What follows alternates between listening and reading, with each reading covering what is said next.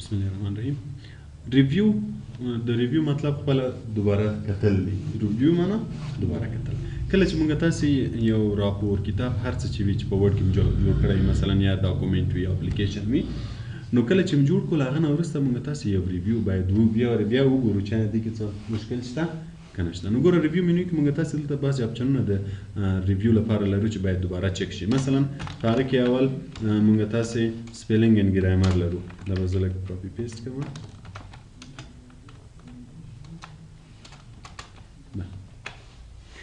اول پکې سپیلینګ اند ګرامر لرو. موږ اول ورځ هم ویلې و چې کله موږ یو لغات یا جمله لیکو نو امکان لري چې دوه قسم لاینونه لاندې راشي، یو سور لاین او یو شین لاین.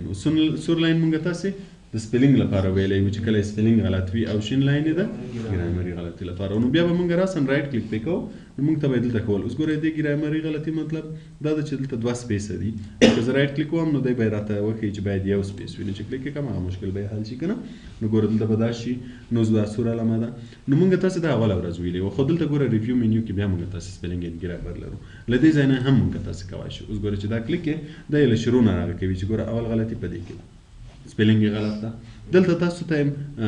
لکه موږ چې رائټ کلیک په وهو دلته سجیشن راکوي چې امکان لري دا لغت دغه شی وي دا نه اشتباه نوشته شوی وي کنه. نو بیا چې په هر یو کلیک هم هغه یو براته ګوره هم دغه شیان بیرته دلته مراته کوي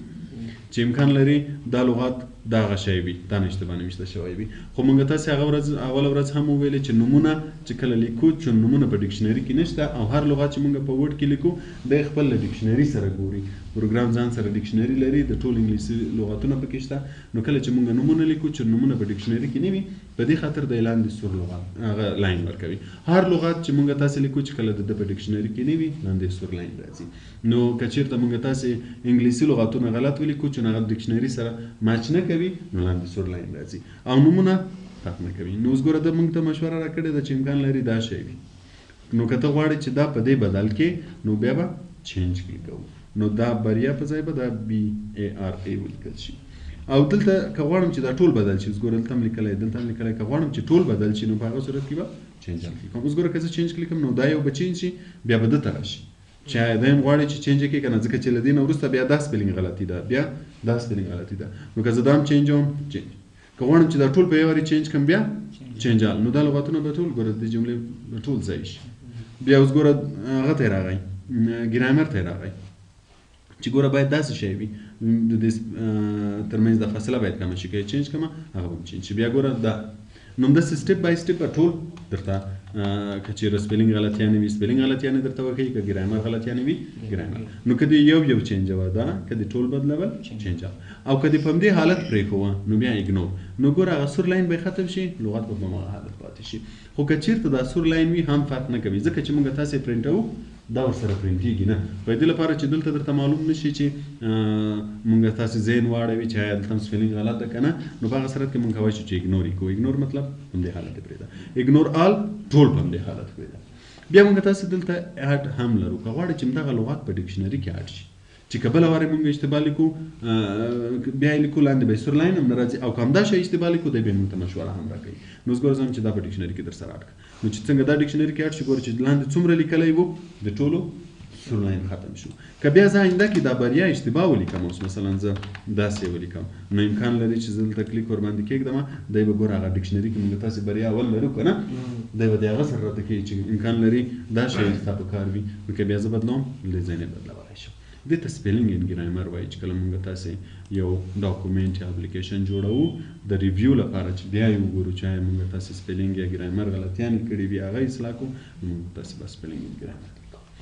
بل ټریژر دا هغه ډکشنري ده کوم چې مایکروسافټ ورډ ځان سره لري چې موږ هر لغات لیکو دا یې د هغه سره ګوري. نو کېدای شي موږ د ډکشنري استفاده هم وکړو چې کله موږ تاسې یو لغات کلیکوو نو دلته به دی راته په ټریژر کې اوس مثلا زه دا کلیک کوم یا اول چې انسټیټیوټ انتخاب وګوره دی دلته راته سینونیمز راوستل دلته سینونیمز وایي ورته لغاتونه. انسټیټیوټ څه معنی ارګنایزیشن یا انسټیټیوشن یا اسټابلیشمنټ کومه لغاتونه راولي دلته هم راځي. اوس ګوره که موږ تاسې رایټ کلیک وکړو سینونیمز دلته هم دغه سینونیمز او دا یو شی دی. له دې ځای نه موږ استفاده کولی شو چې کله موږ مثلا یو لغات انتخاب کړی مثلا زه ټکنالوژي انتخابوم ټریژر کلیکوم دی به ماته د ټکنالوژي په هکله ورته لغاتونه راته ښیي چې ټکنالوژي مطلب نالج سکلز ایکسپرټیز هر څه چې وي ټول به راته ښیي پوه شوې دې شي ته چې د ټریژر وایي نو دې دا رسم دلته هم چې کوای شي چې کله ورباندې رایټ کلیک وکړئ سینونیمز کلیک کړئ دلته به یې درته ښیي او د دې مخالف لغات به هم درته ښیي د ټکنالوژي مخالف لغات به هم درته ښیي یا مثلا زه یو ساده لغات ولیکم ګوډ اوس ګوره په دې رایټ کلیک وکړو سینونیمز یې وګورئ ګوډ مطلب دلته مختلف او دلته به مخالف لغات هم وي د دې لا نشته خو د بعضو مخالف لغات هم درته ښیي چې د ګوډ مطلب دې شي ته ټریژر وایي بل د ورډ کاونټ چې دا ټول درته حسابوي چې موږ تاسې دلته څو پاراګراف لرو څو صفحې لرو نو اوس ګوره که کلیک راته وایي چې ټول یو صفحه ده څو لغاتونه دي پکې 92 لغاتونه کرکټرز یو ګروپ ته کرکټر وایي نو سپیس بدون له سپیس نه دومره دي او له سپیس سره دومره دي ټول 4 پاراګراف دي او 15 لاین دي نو که کله غواړئ چې سټیټسټیک کې ګورئ چې څومره دي دا کلیک کوئ بل د سمارټ لوک اپ هغه وخت کار کوي چې موږ تاسې انټرنیټ ولرو چې کله انټرنیټ ونه لرو بیا کار نه کوي اوس ګوره ما سمارټ لوک اپ کلیک کوم نو دلته راوایي چې انټرنیټ نه لرئ باید انټرنیټ کنیکټ وي چې دا کار وکړي سمارټ لوک اپ څه کار کوي سمارټ لوک اپ د دې لپاره ده چې کله موږ تاسې یو جمله یا یو لغات کلیکو او سمارټ لوک اپ کلیکو سمارټ لوک اپ د دې لغات سینونیمز هم راولي او ترڅنګ یې موږ ته ګرامټیکل پوزیشن هم کوي چې دغه چې دا اوس ناون ده پروناون ده اډجکټیو ده هر شی چې وي د ګرامر له لحاظه هم راته کوي چې دا څه شی ده بلکې تعریف هم راته راولي چې دا څه شی ده نو که کله یو لغت موږ کلیکو د هغه په هکله معلومات ترلاسه کوو چې وګورو چې دا د ګرامر له لحاظه آیا ناون ده پروناون ده اډجکټیو ده هر څه چې وي ټول به راته ښیي خو په دې صورت چې انټرنیټ ولرو که چېرته انټرنیټ ونه لرو نه راته ښیي دغه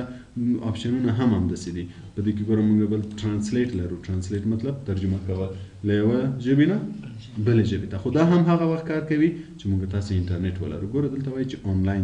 آنلاین ټرانسلیشن سرویس چې کله موږ تاسې انټرنیټ ولرو آنلاین مطلب چې انټرنیټ ولرو اوس مثلا غواړئ چې یو ځای ترجمه کړئ په بلې ژبې ته نو کلیک به یې کړئ ګوره دا به کلیک کړئ ټرانسلیټ ډاکومنټ مطلب ټول ډاکومنټ راته ټرانسلیټ کړه خو په هغه صورت کې چې انټرنیټ ولرو چې انټرنیټ ونه لرو بیا نه راته کېږي مثلا دلته درته وایي چې فعلا نو سرویس ته که چېرې انټرنیټ ولرو نو دلته به ژبه راځي چې له کومې ژبې نه کومې ژبې ته ټرانسلیټ کوئ نو چې بیا وکړئ کې درته ټرانسلیټ به یې کړي بدون له دې نه موږ تاسې که چېرې انټرنیټ ولرو ګوګل ټرانسلیټ هم لرو ګوګل ویب سایټ د سرچ لپاره ډیر زیات مشهور ویب سایټ دی چې هر څه وغواړئ معلومات ترلاسه کوئ موږ تاسې کوم ویب سایټ کې ګورو ګوګل ویب سایټ کې ګورو نو ګوګل ځان ته ټرانسلیټ هم لري چې د ګوګل ټرانسلیټ په نوم ده ګوګل ټرانسلیټ کله چې دا صفحه کلیکوئ هلته دوه خانې راځي درته ښیي چې له کومې ژبې نه کومې ژبې ته هغه کوي ترجمه کوي یو طرف کې هم ژبه انتخابوي بل طرف کې هم ژبه انتخابوي چې ویل کې هغه درته خپله ترجمه کوي خو د دې ترجمه چې د ګوګل ټرانسلیټ یا دا ټرانسلیټ دا ترجمه لغات په لغات ده یعنی کوم مفهوم چې موږ غواړو ترې واخلو امکان لري هغه څه راته رانه کړي خو کومک راسره کوي لغات په لغات راته ترجمه کوي نو دا ټرانسلیټ هم هماغسې ده که غواړئ چې ټول ډاکومنټ ټرانسلیټ کړئ که انټرنیټ ولرئ دا یې وکړئ کوئ او سلیکټډ چې کوم خط موږ سلیکټ کړی وي دا چې د ټول راته ترجمه کوي او دا چې کوم ځای موږ سلیکټ کړی وي او که دا کلیک کوو هم به یې ټول بار راشي چې له کومې ژبې نه کومې ژبې ته ټرانسلیټ کوي درته ښیي به بل موږ تاسې لانګویجز لرو چې کله موږ تاسې لانګویج پریفرنس کلیک کوو دلته هم موږ تاسې کولی شو چې ژبې ور اضافه کړو ګوره موږ تاسې دلته لانګویجز لرو له دې ځای نه هم اضافه کولی شو یا چې کله موږ تاسې کنټرول پینل ته لاړ شو کنټرول پینل نه هم ور اضافه کولی شو دلته هم ګوره ژبې شته چې کلیک یې کړئ اډ یې کړئ ور اضافه به شي او کنټرول پینل نه هم اضافه کولی شو او بل پکې سیټ پروفینګ لانګویج ده چې دلته درته ښیي چې دا کوم لانګویج چې اوس موږ تاسې خط لیکو د ډکشنري مطابق ګوري هغه کوم یو ده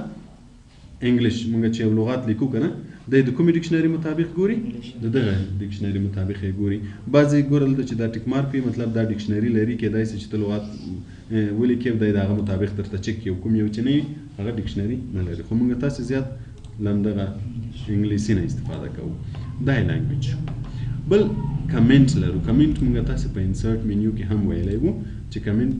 د یو لغات په هکله معلومات یا کمنټ ورکولو لپاره استعمالوو چې کله موږ تاسې وغواړو چې یو لغات ته معلومات یا ډسکرپشن ورکړو په هغه صورت کې کمنټ استعمالوو مثلا موږ تاسې یو راپور جوړوو کله چې خپل رئیس ته ورکړو هغه یې ګوري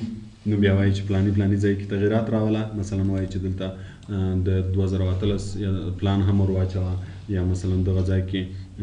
د 2019 راپور ور واچوه که نه نو بیا دوی څه کوي کمنټ ورکوي هغه ځای ته، مثلا وایي چې دغه ځای کې د دغه جملې نه وروسته راپور ور واچوه. نو ګوره دا ځای به دی کمنټ کلیکوي، دلته به لیکي چې مثلا پلیز 2017 report here. نو بیا چې دا فایل موږ ته بیرته ولیږي چې موږ یې ګورو، نو موږ ته به معلوم شي چې زه باید کوم ځای کې تغییرات راولم او کوم تغییرات راولم. نو کمنټ د دغه مقصد لپاره استعمالیږي. نو که غواړئ چې کوم ځای ته کمنټ ورکړئ، فقط سلیکټ یې کړئ، نیو کمنټ کلیک کړئ، کمنټ به ولیکئ. که کمنټ غواړئ چې ډیلیټ یې کړئ، د دې ځای نه ډیلیټولی شئ. کولی شئ چې ټول کمنټونه چې په ډاکومنټ کې وي ټول ډیلیټ کړئ. نیکسټ پریویس له یوه کمنټ نه بل کمنټ ته تلل، شو کمنټ ښکاره شي او کمنټ ښکاره پوه شوئ تر دې ځایه؟ مشکل خو به نه وي. سوال مشکل همدغه در سره وګورئ.